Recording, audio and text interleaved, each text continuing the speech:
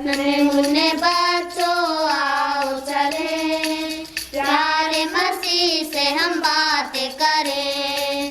नन्हे मुन्ने बच्चों आओ चले, प्यारे मसीह से हम बातें करें। मिल के चले, मिल के चले, मिल के चले, मिल के चले, प्यारे मसीह से हम बातें करें। खाना और कपड़ा वो देता हमें, मामा और पापा और भाई बहन। खाना और कपड़ा वो देता हमें, मामा और पापा और भाई बहन। मिल के चले, मिल के चले, मिल के चले, मिल के चले, प्यारे मसीह से हम बातें करें। छोटा प्यारा यीशु कभी न लड़ा, हम भी किसी से कभी न लड़े।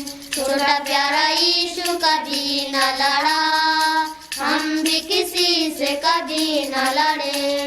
मिल के चले, मिल के चले, मिल के चले, मिल के चले, प्यारे मसीह से हम बातें करें। प्यार से बुलाता है यीशु तुम्हें, उछलते और कूदते और गाते चले। प्यार से बुलाता है यीशु तुम्हें, उछलते और कूदते और गाते चले। मिल के चले, मिल के चले, मिल के चले, मिल के चले, प्यारे मसीह से हम बातें करें। मामा, क्या यीशु मसीह हम सबको प्यार करता है? हाँ बेटी, यीशु मसीह हम में से हर एक को प्यार करता है, चाहे कोई छोटा हो या बड़ा हो। वो सबको एक सा प्यार करता है, पर हमारा फर्ज है कि हम उस पर विश्वास करें। ईश्वर ने जगत से ऐसा प्यार किया, ईश्वर ने जगत से ऐसा प्यार किया कि उसने अपना एकलौता पुत्र दिया, कि उसने अपना एकलौता पुत्र दिया। ईश्वर ने जगत से ऐसा प्यार किया, ईश्वर ने जगत से। जो कोई उस पर विश्वास लावे, जो कोई उस पर विश्वास लावे, नाश ना हो परंतु आनंद जीवन पावे, नाश ना हो परंतु आनंद जीवन पावे। ईश्वर ने जगत से ऐसा प्यार किया, ईश्वर ने जगत से। बच्चों, इस कोरस के शब्द कितने सच्चे हैं। बाइबल में ये भी लिखा है कि प्रभु यीशु मसीह पर विश्वास कर तो तू और तेरा घराना उद्धार पाएगा। बच्चों, कितना अच्छा हो यदि आज ही तुम अपने जीवन को यीशु मसीह के हाथ में सौंपकर उस पर पूरी रीति से भरोसा रखो।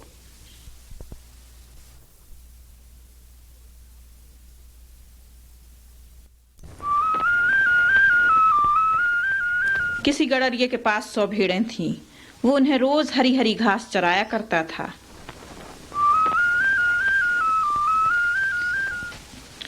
जब वे प्यासी होती थीं तो उन्हें नदी के साफ पानी के पास ले जाता था। गड़रिये के रहते हुए भेड़ों को ना किसी बात की कमी थी न डर था। गड़रिया हाथ में लाठी लेकर चलता था ताकि अपनी भेड़ों को जंगली जानवरों से बचावे। वो उनको प्यार करता था और एक एक का नाम लेकर पुकारता था। भेड़ें चैन से रहती थीं और उनको कोई हानि ना होती थी। एक दिन शाम को जब गड़रिया भेड़ों को घर लाया तो उसने जाना कि एक भेड़ कम है। उसने उनको गिना, 1, 2, 3, 4, 98, केवल 99 निकली। वो सोच में पड़ गया कि एक भेड़ कहाँ गई। अंधेरी रात में वो भेड़ को ढूंढने चल दिया। आकाश में बादल छा गए थे, आंधी चल रही थी और हल्की हल्की वर्षा भी हो रही थी। जंगल में बहुत दूर जाने के बाद उसको एक बहुत धीमी आवाज सुनाई दी। वो ठिठक कर खड़ा हो गया और सुनने लगा। फिर आवाज आई, तब गडरिये ने पहचाना कि ये उसी की भेड़ की आवाज है। वो आवाज की ओर जल्दी से दौड़ने लगा। अंत में उसने अपनी भेड़ झाड़ियों के बीच में फंसी हुई पाई। भेड़ के बाल कांटों से उलझे हुए थे। कांटों ने उसके पीठ पर घाव कर दिए थे। वो अपने आप से नहीं छूट सकती थी। वो भूखी और प्यासी थी, क्योंकि उसे चारा और पानी कुछ नहीं मिला था। जब भेड़ ने गडरिये को देखा तो बड़ी प्रसन्न हुई। उसने एक बार फिर आवाज दी।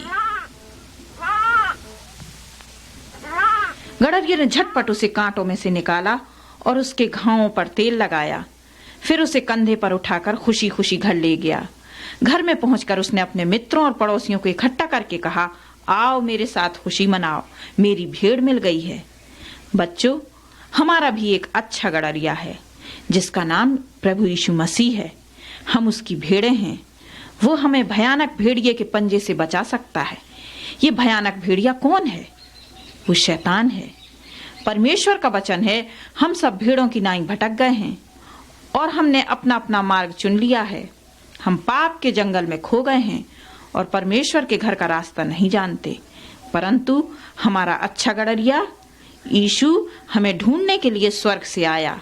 वो खोए हुओं को बचाने आया। हमें ढूंढने और बचाने के लिए उसने अपना खून बहाकर अपनी जान दे दी। वो हमारे पापों के लिए मरा और मरने के 3 दिन बाद कब्र में से जी उठा। अब वो परमेश्वर के साथ स्वर्ग में रहता है। यीशु हम सबों से बहुत प्रेम करता है और हमारा नाम भी जानता है। वो तुम्हें पुकार रहा है। क्या तुम उसकी पुकार का उत्तर दोगे, जैसे कि उस खोई हुई छोटी भेड़ ने गडरिये को उत्तर दिया? क्या यीशु मसीह को अपने हृदय में स्थान दोगे? आज ही उसे ग्रहण करके उस पर भरोसा रखो।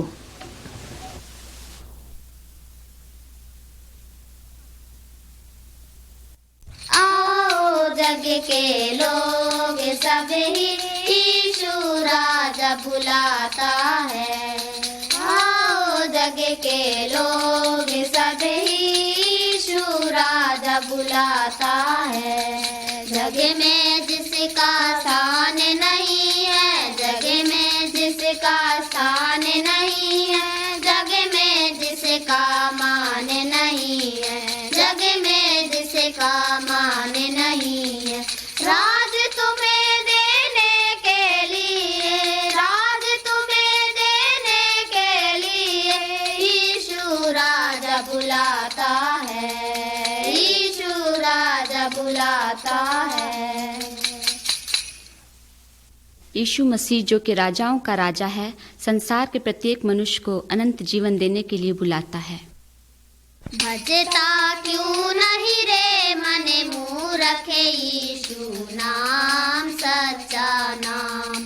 भजता क्यों नहीं रे मन मूरख यीशु नाम सच्चा नाम। पार करेगा जीवन नैया यीशु नाम सच्चा नाम। पार करेगा जीवन नैया यीशु नाम सच्चा नाम। भव सागर से है यदि तरना, दुख संकट से नहीं कुछ डरना। भव सागर से है यदि तरना, दुख संकट से नहीं कुछ डरना। पार करेगा जीवन नैया यीशु नाम सच्चा नाम। पार करेगा जीवन नैया यीशु नाम सच्चा नाम। भजता क्यों नहीं रे मन मूरख यीशु नाम सच्चा नाम। प्यारे बच्चों, हमारा प्रभु चाहता है कि हम में से हर एक अपने जीवन से पवित्र वचन की ज्योति दूसरों तक पहुंचाएं। नीले गगन में चमके तारे, दुनिया में वैसे ही चमके हम। मीठे स्वरों में गाते हैं पंछी, यीशु की सन्ना गाए हम। फूलों की खुशबू जैसे कि सारे गुलशन को महकाती है।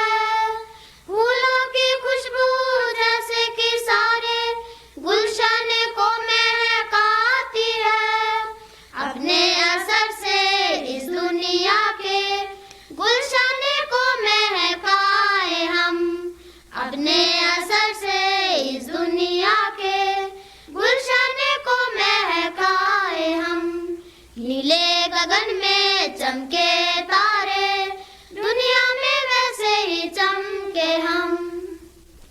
प्रभु यीशु को मुक्तिदाता मान लेने से हमारे पाप क्षमा हो जाते हैं।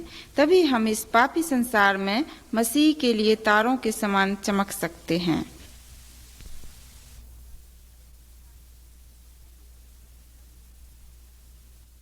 क्या तुमने कभी नाव में बैठकर नदी को पार किया है? क्या तुमने कभी आंधी के समय नाव पर सवार होकर नदी पार की है?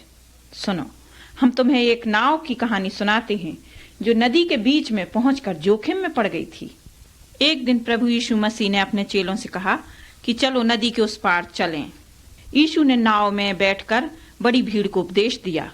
उपदेश करने के बाद यीशु नाव के पिछले भाग में लेट गया क्योंकि वो बहुत थका हुआ था।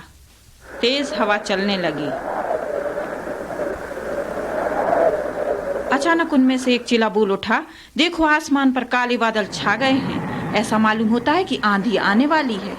उसके कहते कहते नदी पर आंधी आ गई। धीरे धीरे बादल भी गरजने लगे। वो छोटी नाव डगमगाने लगी। पानी की लहरें उठकर नाव से टक्कर मारती थीं। चेले डर गए। इतने में उन्हें याद आया कि प्रभु यीशु नाव में सो रहा है। उन्होंने उसको जगाया और कहा, स्वामी स्वामी, हम डूबे जाते हैं, हमें बचा, क्या तुझे कुछ फिक्र नहीं? यीशु धीरज के साथ उठा और बिल्कुल ना घबराया। उसको घबराने की कोई जरूरत भी ना थी क्योंकि उसी के हाथों से सब चीजें बनाई गई हैं।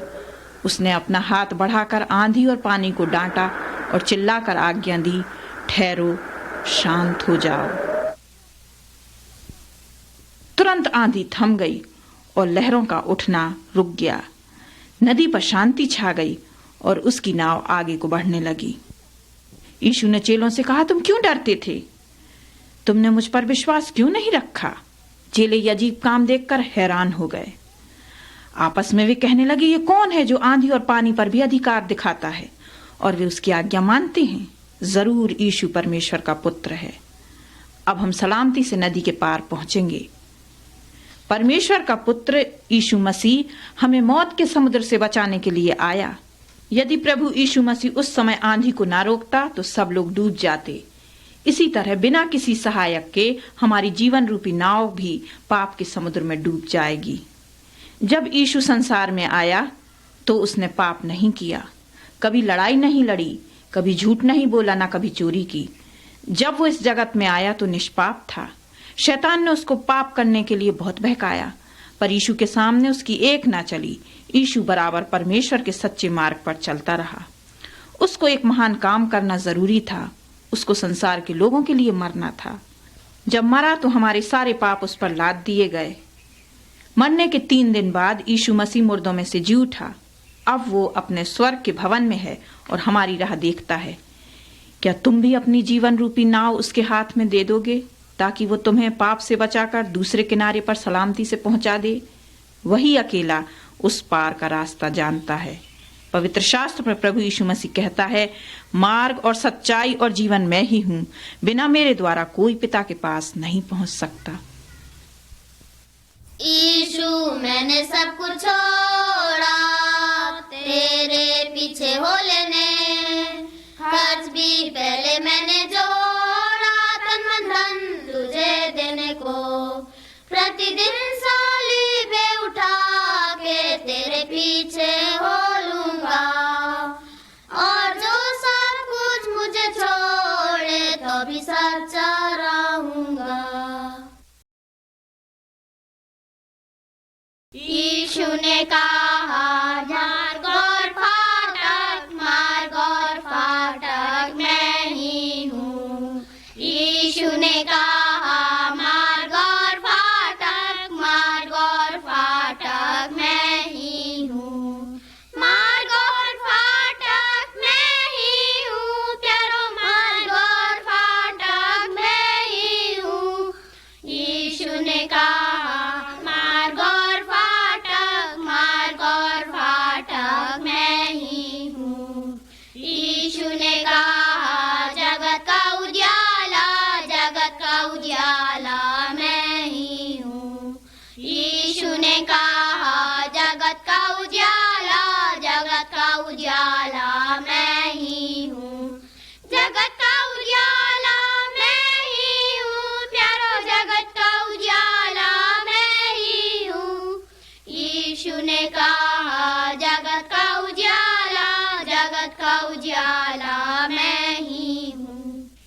केवल यीशु मसीह ही एक मार्ग है। यदि हम उसके पीछे चलें तो हमें अनंत जीवन मिलेगा और हम परमेश्वर के पास स्वर्ग में पहुंचकर यीशु मसीह के साथ सदा राज्य करेंगे। खुशी खुशी मनाओ, खुशी खुशी मनाओ, खुशी खुशी मनाओ, खुशी खुशी मनाओ। बोलो बोलो मसीहा की जय जय जय, बोलो बोलो मसीहा की जय जय जय। मेरे लिए आया, मेरे लिए जिया, मेरे लिए आया, मेरे लिए जिया, मेरे लिए यीशु ने दुख उठाया, मेरे लिए यीशु ने दुख उठाया, मेरे लिए मारा गया, मेरे लिए गाड़ा गया, मेरे लिए मारा गया, मेरे लिए गाड़ा गया, मेरे लिए फिर जी उठा मेरा है मसीह, मेरे लिए फिर जी उठा मेरा है मसीह। मैं मसीह का हूँ, हम मसीह के हैं। खुशी खुशी मनाओ, खुशी खुशी मनाओ, खुशी खुशी मनाओ, खुशी खुशी मनाओ। बोलो बोलो मसीहा की जय जय जय, बोलो बोलो मसीहा की जय जय जय। हमें खुश होना ही चाहिए क्योंकि हमारे सब पाप यीशु मसीह के द्वारा क्षमा हो जाते हैं और जब हम मरेंगे तब उसके साथ स्वर्ग में राज करेंगे। एक लड़ाई लड़ना है और एक दौड़ दौड़ना है, सामना करना है सब खतरों का। यीशु मेरा प्रकाश, मेरे जीवन की आस, वो है बल मेरी आत्मा का। है भरोसा वही मुक्तिदाता, वही उसकी आज्ञा को मान ईमान ला। यीशु मेरा प्रकाश, मेरे जीवन की आस, वो है बल मेरी आत्मा का। बच्चों, यीशु ने मेरे और तुम्हारे लिए सब कुछ छोड़ा ताकि हम अनंत जीवन पाएं। क्या तुम आज अपना छोटा जीवन उस प्रभु को देने के लिए तैयार हो जिसने हमारे लिए सब कुछ दे दिया?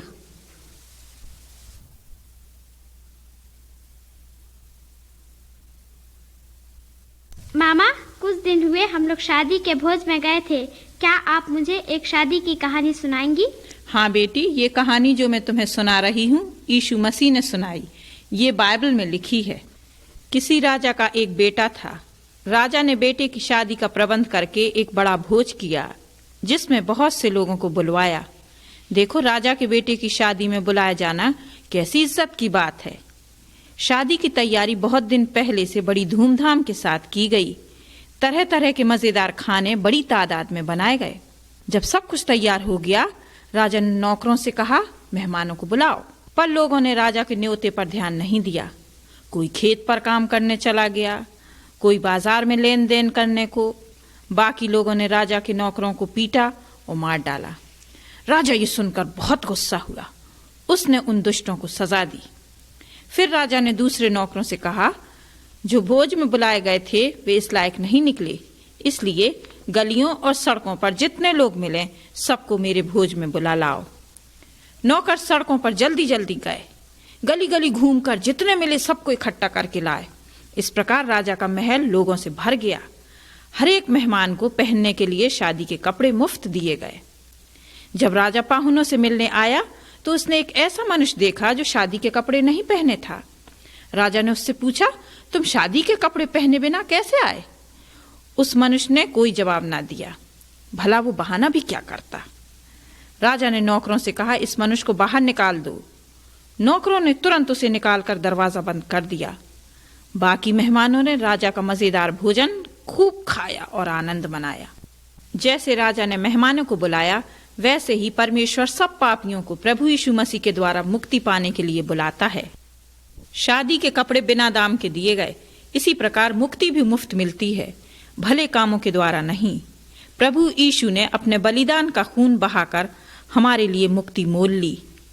प्रभु यीशु निष्पाप था, इसलिए मरने के 3 दिन बाद वो जी उठा। वो फिर आसमान पर चढ़कर परमेश्वर के दाहिने जा बैठा। अब परमेश्वर सब लोगों को बुलाता है, तौबा करो और प्रभु यीशु मसीह की नेकी के कपड़े पहनो। तुम किसके समान होना चाहती हो? उन लोगों के जो अपने अपने रास्ते पर चले गए? नहीं, मैं उनके समान बनना चाहती हूँ जो शादी के भोज में गए। देखो बेटी, बिना प्रभु यीशु मसीह के दया प्राप्त किए हुए परमेश्वर के सामने जाने का विचार कभी मत करो। यदि तुम ऐसा करोगी तो नरक की आग में डाली जाओगी। नरक से छुटकारा नहीं मिल सकता। मामा, नरक जाने से कैसे बच सकते हैं? बेटी, सबसे पहले हमें अपने पापों को मान लेना पड़ेगा। इसके बाद हमें अपने पापों की क्षमा प्रभु यीशु मसीह से मांगनी पड़ती है, क्योंकि वही हमारे पापों को क्षमा कर सकता है। उसने हमारे लिए क्रूस पर अपनी जान दी और उसके मर जाने से हमें अनंत जीवन मिलता है। परमेश्वर के वचन में लिखा है, परमेश्वर अब हर जगह सब मनुष्यों को मन फिराने की आज्ञा देता है। परमेश्वर का वरदान हमारे प्रभु यीशु मसीह में अनंत जीवन है। जिस किसी का नाम जीवन की पुस्तक में लिखा हुआ ना मिला, वो आग की झील में डाला गया।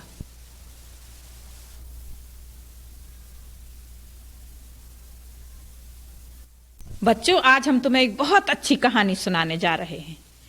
राम स्वरूप और किशनलाल सगे भाई थे। राम स्वरूप नेक व मेहनती लड़का था। वो खेती करके दोनों के लिए पैसा कमाता था, लेकिन किशनलाल शराब पीने व जुआ खेलने में ही अपना समय नष्ट कर देता था। एक दिन किशनलाल के दोस्त मोती ने उसके सब रुपए जीत लिए। नशे में गुस्सा होकर किशनलाल ने मोती को कपटी कहा और झपट कर उसकी छाती में छुरा भोंक दिया। मोती तुरंत मर गया और किशनलाल के कपड़े उसके खून से लथपथ हो गए। जब सिपाही आए तो उन्होंने वहां मोती की लाश को देखा। किशनलाल अपने भाई के पास गया। उसका भाई राम स्वरूप उसके कपड़े पहन लेता है ताकि खूनी को बचने का मौका मिल जाए। कपड़ों पर खून का दाग देखकर पुलिस वाले किशनलाल के बदले राम स्वरूप को हवालात में ले गए। मोती की हत्या के लिए किशनलाल के बदले राम स्वरूप को दोषी ठहराया गया और उसे मौत की सजा दी गई।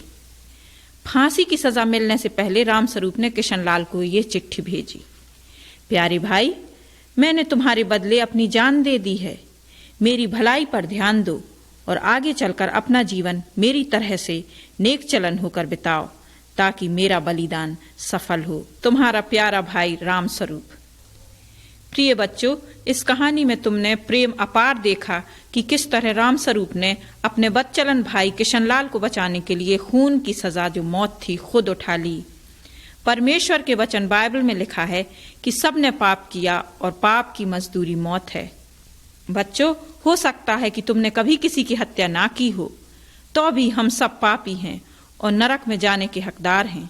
लेकिन जिस तरह राम स्वरूप ने अपने बदचलन भाई किशनलाल को बचाने के लिए अपनी जान दे दी, ठीक उसी तरह परमेश्वर के पुत्र प्रभु यीशु मसीह ने हम पापियों को बचाने के लिए अपनी जान क्रूस पर दे दी।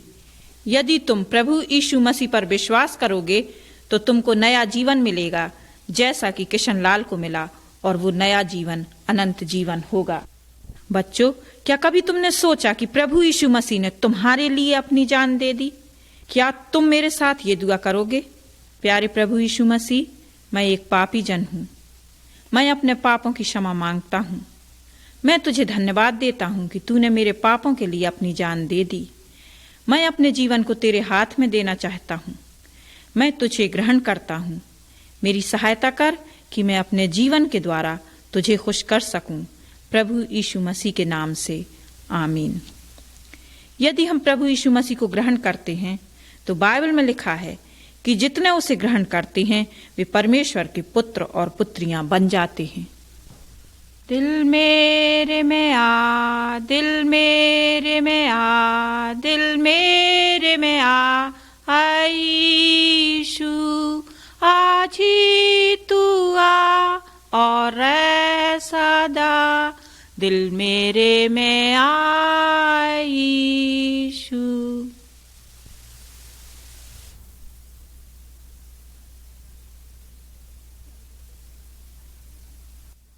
सुनो बच्चों, आज मैं तुमको एक दृष्टांत बताऊंगी जो यीशु मसीह ने अपने समय में लोगों को बताया। दृष्टांत एक ऐसी कहानी को कहते हैं जिसमें संसार का उदाहरण देकर स्वर्ग बातों की चर्चा की जाती है। दृष्टांत ये है, एक बार दो मनुष्यों ने अपना अपना नया घर बनाना शुरू किया। पहला मनुष्य बुद्धिमान था, उसने मेहनत करके नींव बहुत गहरी खोदी। जब पक्की चट्टान मिल गई, बुद्धिमान उस पर नींव डालकर घर बनाने लगा।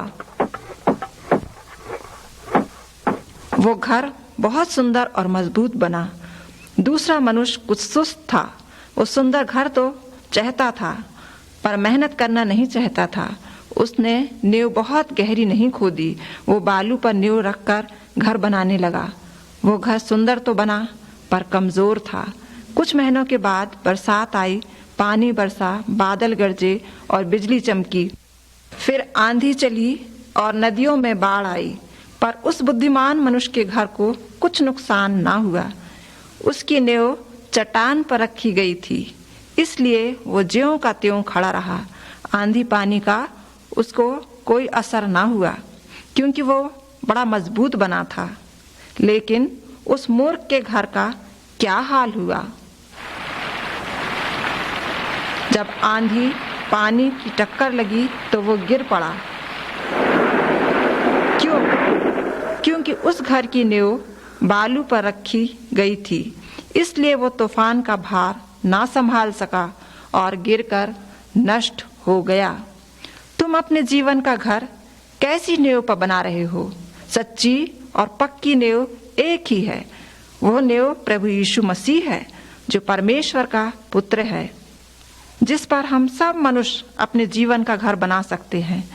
अब सोचना चाहिए कि किस तरह हम अपने जीवन का घर उस सच्ची और पक्की नींव पर बनाएं। इसका एक ही उत्तर है, अर्थात यीशु मसीह की मृत्यु पर विश्वास करने से हम उसकी पक्की नींव पर घर बना सकते हैं। हम अपनी सहायता अपने आप नहीं कर सकते। यीशु हमारे लिए सब कुछ कर चुका है, लेकिन हमें उसके बलिदान के काम को ग्रहण करना चाहिए। हमें विश्वास करना है कि प्रभु यीशु मसीह ने हमारे लिए अपनी जान दे दी। यदि हम ऐसा करें तो हम उसकी सच्ची और पक्की नींव पर अपने जीवन का घर बनाएंगे। अभी तुम बच्चे हो और तुम्हारे जीवन का घर बनना शुरू होता है। अब तुमने जान लिया कि सच्ची नींव कौन है, इसलिए याद रखो कि यीशु ही पर अपना घर बनाओ और किसी दूसरे पर नहीं। परमेश्वर के सामने अपने पापों को मानो, उससे विनती करो कि वो यीशु के लहू से तुम्हारे मन को धोकर शुद्ध और पवित्र करे। प्रभु यीशु मसीह को अपना मुक्तिदाता ग्रहण करो। आज ही अपने जीवन का घर उसी पर बनाओ। चट्टान पर बुद्धिमान ने बनाया अपना घर। चट्टान पर बुद्धिमान ने बनाया अपना घर। चट्टान पर बुद्धिमान ने बनाया अपना घर। और जोर की बारिश आई, बारिश जोर की आई और तूफान भी उठा। बारिश जोर की आई और तूफान भी उठा। बारिश जोर की आई और तूफान भी उठा, पर चट्टान का घर स्थिर रहा।